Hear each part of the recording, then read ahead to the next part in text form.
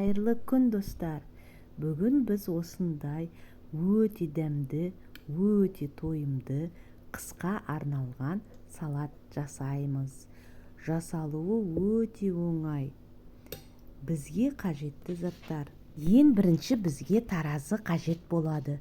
Бүкіл ингредиенттерді қабығын ашырмай тұрып, тазаламай тұрып, таразымен өлшеп аламыз.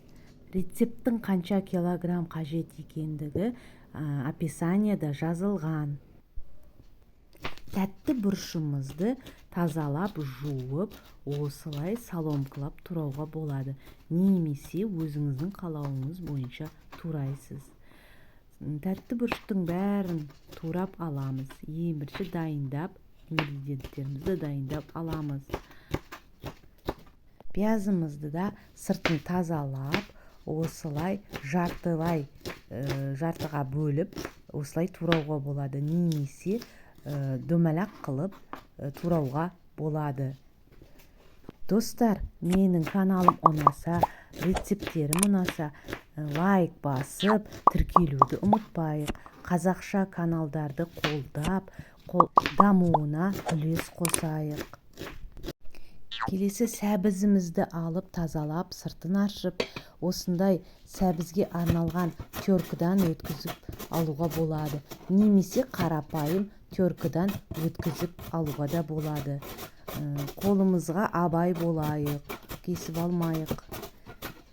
Сәбізге арналған теркадан өткізсек, сәбізіміз өте әдемі болып көрінеді.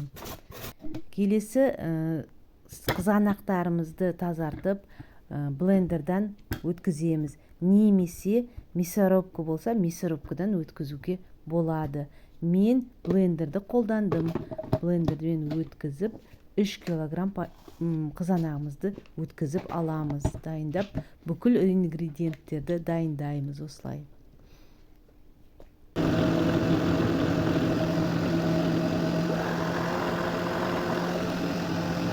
Қызанымызды дайындап, блендерден өткен қызанағымызды құямыз. Бүкіл ингредиенттерімізді осылай турап, әдемілеп дайындап аламыз. Қазанымызды отқа қоямыз. Оттың астын қосып, ең бірінші пиязымызды саламыз, туралған. Ары қарай тәтті бұрышымызды саламыз, жарты килограмм. Жарты килограмм сәбізімізді салып, бәрін араластырып, отты қосып қоямыз. Қызанағымыздың қайнағанын күтпейміз. Осылай бірінен үстін бірін салып, араластырып аламыз. Араластырып алғаннан кейін отта 1 сағатқа қоямыз, пісуге қоямыз. 1 сағат пісіреміз. Оған дейін банкамызды стерилизовать етеміз. Ол үшін мантоваркаға су құйып, осылай банкілерді стерилдеуге болады. Немесе чайникке қойып стерилдеуге болады. Сол аралықта осылай салатымызды арасында араластырып қоямыз. Енді келесі 1 сағаттан кейін шемекі майымызды құямыз. Содан кейін лавр жапырақтарын, дөңгелек бұрыштарымыз салып, тұзымызды салып, секерімізді салып, араластырамыз. Күрішімізді саламыз. Бәрін салып болғаннан кейін араластырып жібереміз.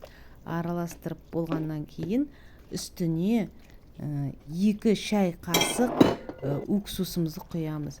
70% уксусымызды құямыз. Тағы да араластырып жібереміз. Ары қарай 40 минуттай, 40-50 минуттай отта пісіреміз. Салатымыз дайын болды. Ары қарай стерилденген банкілерге салатымызды құямыз. Осы салатты дайындаңыз. Өте жақсы шығады, дәмді. Мен жылда осы салатты жабамын. Сіздермен бөлісіп жатырмын. Қақпақтарын қатты қылып, ауа өтпейтіндей тығыз қылып жабамыз. Өте тойымды салат. Көп затты қажет етпейді. Осы салаттың түрін достарыңызбен бөлісіп WhatsApp арқылы жіберуіңізге болады. Каналымды қолдап, лайк басуды ұмытпайық. Міне, дайын болды. Өте дәмді, тойымды салат. Сіз де жасап көріңіз. Түсінбеген жеріңіз болса төменге комментарийға жазыңыз.